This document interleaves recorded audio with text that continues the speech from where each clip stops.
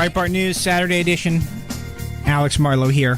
866-95-PATRIOT, 866-957-2874 is the number. We want to hear from you this segment. I want to hear what your assessment of how the Republicans handled themselves questioning Hillary Clinton. Also, less reported, Huma Abedin, Anthony Weiner's wife and Hillary's right-hand lady, who was not questioned publicly. Trey Gowdy didn't even have time in his schedule to make it to that one for some reason that I don't understand at all.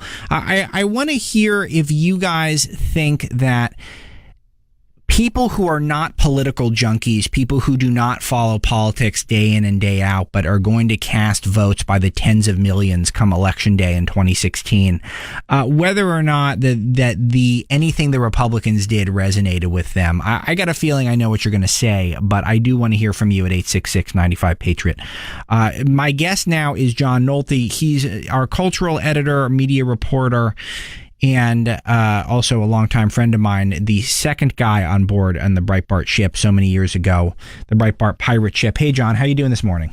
Oh, good, my friend. Very good to speak to you. You know, John, it is the Saturday before Halloween, and I would love nothing more than to talk monster movies with you during this segment, as I'm sure we did last year. But unfortunately, we have to talk about one of my least favorite topics. We've talked about Benghazi, which is something that and look, I was very pro using Benghazi, fighting with Benghazi. I was critical of Mitt Romney ignoring it in the third debate in 2012. But I thought we hadn't been effective on it. It had become a running joke in the media, and we're still talking about it. And this hearing, my overall assessment is there were some pretty substantial revelations that the American people will never be made aware of. And I just wanted to get your overall take and then get into a discussion. Well, there's two stories here. The first story is that the Republican Party is just filled with a bunch of morons who had 11 hours to ask Hillary Clinton some very basic questions and could not do it. And if people are wondering, and I don't care what you think about Donald Trump, but if people are wondering why voters are using Trump to bring down the Republican establishment temple, that hearing was why. These guys are idiots. They're morons. They're nincompoops. They're imbeciles. They are absolutely useless. A couple got. Are you reading from a dictionary? That was pretty good use of synonyms right there. And that's just because I can't swear on the broadcast. So that's one story. The other story is that the committee uncovered 3 smoking guns that prove that Hillary Clinton and the White House lied about Benghazi for about a week after the attack. We have an email 3 hours after she was alerted to the attack. Hillary wrote to her daughter and said that Al-Qaeda, an Al-Qaeda affiliated group, had done the attack. She told the then president of Libya that she believed an Al-Qaeda group had done the attack. That was at 8 o'clock that night, the night of the attack. The next day, she told the Egyptian prime minister, quote, "The video had nothing to do with the attack. This is a terrorist attack, not a protest," unquote. She then went out and lied to the American people. And in between telling the truth in private, she lied to the American people. Those are smoking guns. We now know why Hillary did not want to give up her emails. We now know why the State Department did not want to give up her emails, because all that information was in there, in her emails and in State Department documents that recorded her conversations with the president of Libya and the prime minister of Egypt. So that's the second story. Now, what the media is doing is they are taking the first story to cover up the second story. The narrative is Hillary won. She lied to them. She lied to the Benghazi families. She lied to the American people.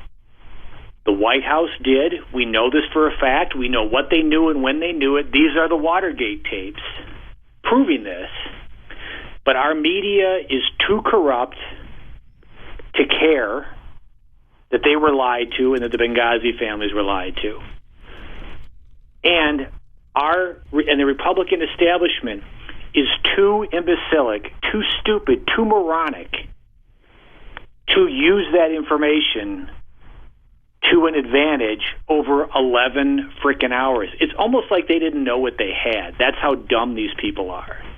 Yeah, and there were some revelations here, and it was interesting because having watched most of it, I know a lot of us in the Breitbart world, we're going back and forth on our various chat channels trying to determine what's new. Is this new? Is this effective? How is this argument? And this is all stuff that we shouldn't have been doing. We should have been listening to Trey Gowdy and company explain to us what's going on. I mean, Ben Shapiro sums it up pretty nicely, is that he says that this was a tripartite argument that the Republican Party was trying to make. They were trying to make the case that Hillary was responsible for the chaos in Libya, that she lost interest, which led her to ignore the security threats against Ambassador Stevens and others, and then she lied incessantly after the attacks, obfuscated her record, and using her personal email server in order to do that. Seems pretty simple. Seems like something you could get out in about 5 minutes in your opening statement and then hammer it for a couple hours and move on with our lives. Instead, John, they do 11 hours, give Hillary that perfect victim narrative that the left loves so much, and they talked in a way where Jim Jordan's getting angry, Trey Gowdy's yelling at Elijah Cummings, and vice versa. And none of this, I think, makes a rat's butt worth of difference to the average American person. And this is the thing where you bring up Trump, and it's so great that you said that, because when I was teasing this segment, I mentioned that in the first hour, which is that, and now look at the post-debate spin. Look at the post-hearing spin. It is all Hillary won. And where's Paul Ryan, the great leader about to become speaker? Oh, he doesn't want to touch it. Where's John Boehner? He doesn't want to touch it. Yep. No one is going out there and saying, look at these revelations, and we're going to go through them, John, some of the new things. But I'm very curious, because our expertise, you and I are both media watchers, and to see what the media is doing and the way the Republicans handle themselves is so much more damning than the actual content. Yeah, the media, this is also a smoking gun against the media. They got the goods. They got the goods. The goods are there. They're in her own words. They're contemporary documents in her own words. And they won't, and they completely cover it up. The mainstream media, the DC media, is they're liars and they're cheats and they're cover-up artists, and this is it. I mean, and this is a smoking gun against them. But yes, no Republican has the courage to go out there. And how disappointing is Trey Gowdy? I mean, I thought the Clintons had finally met their match, and he's out there. I see him on the news. He's not even making these points. It's like he's lost. He said that nothing new happened. I don't. Lost in the weeds. Yeah, and I know our readers at Breitbart News are huge Trey Gowdy fans, and I've never quite seen it. I love the guy. Yeah, I've never seen it. I don't know. Just there's a presentation gap, and then sometimes the presentation, there's a gap between presentation and substance, and some people are very impressed by that. I'm not that impressed by it. Though it was funny to watch Elijah Cummings all day, John, because is he not the best on the planet at sounding like he has gravitas and saying absolutely nothing? He says nothing. He says nothing, and he sounds like he's the smartest guy on the planet. It's all he spouts a word salad, and he pretends he's angry, and he lowers his voice, and it's just word salad. Nothing comes out of his mouth, but he knows the bar is low for him because he's a Democrat, and that's all the media is looking for. The Democrats understand the media is looking for an out. I mean, look at when the media was chasing after Hillary with the email. It was all about she needs to be able to handle this better. It was never about with the media she needs to tell the truth or we need to find out the truth. It's she needs to handle this better. So they're giving her an out. Okay, you did all these illegal things. You did all these things that exposed us to national security lapses. We don't care about that, Hillary. Just figure out how to handle it, and that's your out. And this is what's going to happen is that the media is going to, and the left is going to apologize for, they're not going to apologize, but they're going to justify Hillary's lies because they say that she knows how to play the game, that they're going to give her credit for lying to the American people, because we are now have moved into a culture where, particularly on the left, because my theory is that they value politics much more than truth, and because politics is above winning everything. is all they care about. Winning's all they care about. I think the right is slightly different in that, but the left is anything to win. And so they will just say she knows how to play the game, so that they'll be completely comfortable with lies because it shows that she knows how to play politics. And that, for some perverse reason, gives people confidence at this point in time. So let's go through. I think that's correct. I think that's exactly that, and that's what I mean. That's all that they want. And that's why in a 50-50 country, competence wins elections. That's why Obama won. Competence. That's why he won. The media was able to make him look competent in 08 and 12, and they were able to keep our guy on defense all the time. And that's why, people are like, well, why do you think right now Donald Trump is number 3 on my list? And people say, why you support Donald Trump? I mean, he's not conservative enough, and blah blah blah. Because the guy's competent. I'm not a purist. I just want somebody who's going to win.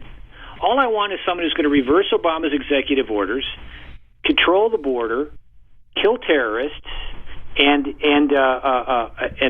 something about the government spending. Most of the guys in the field are going to do that, but they're not going to win because Hillary's going to eat their lunch and the D.C. media is going to eat their lunch. So as long as someone meets that level, if they're going to win, I'm going to vote for them because that's what matters. We need someone who's going to keep the Democrat on defense.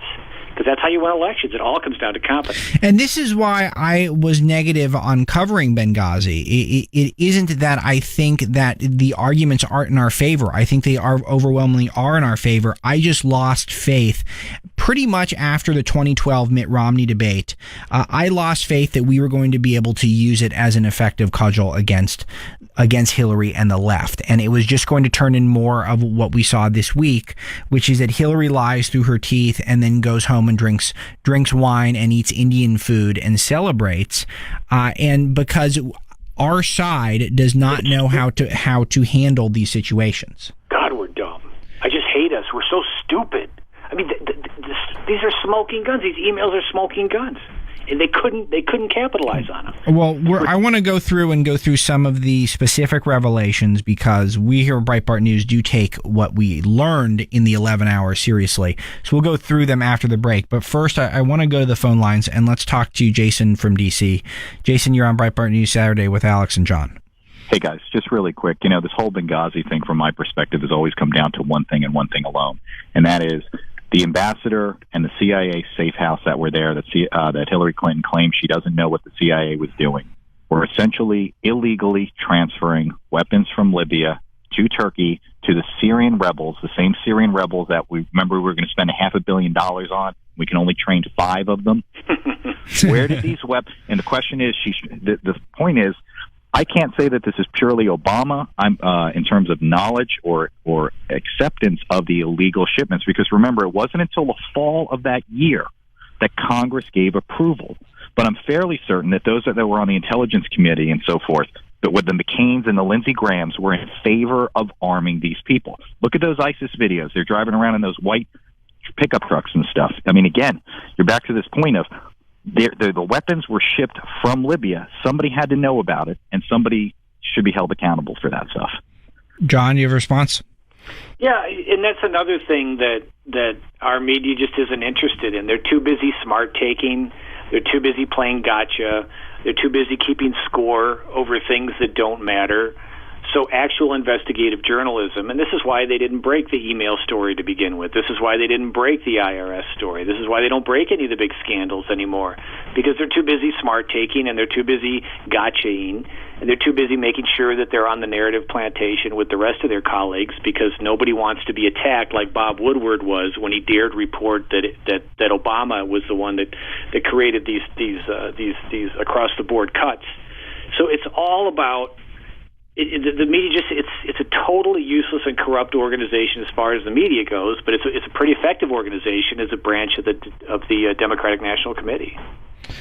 Thank you, Jason, for the call. Let's take a break, John. We're going to come back. We'll take some more callers, and then we'll go through some of the actual revelations, just so people understand that there were some things that were accomplished. And if there is someone, maybe it's Donald Trump, maybe it's someone who knows how to work the media, could use this effectively. I think we do need to put this out there in the American psyche now, in case this comes around when we get to the general election debate. Our number is 866-95-PATRIOT. My name's Alexander Marlow. My guest, John Nolte, and I will be back after the break.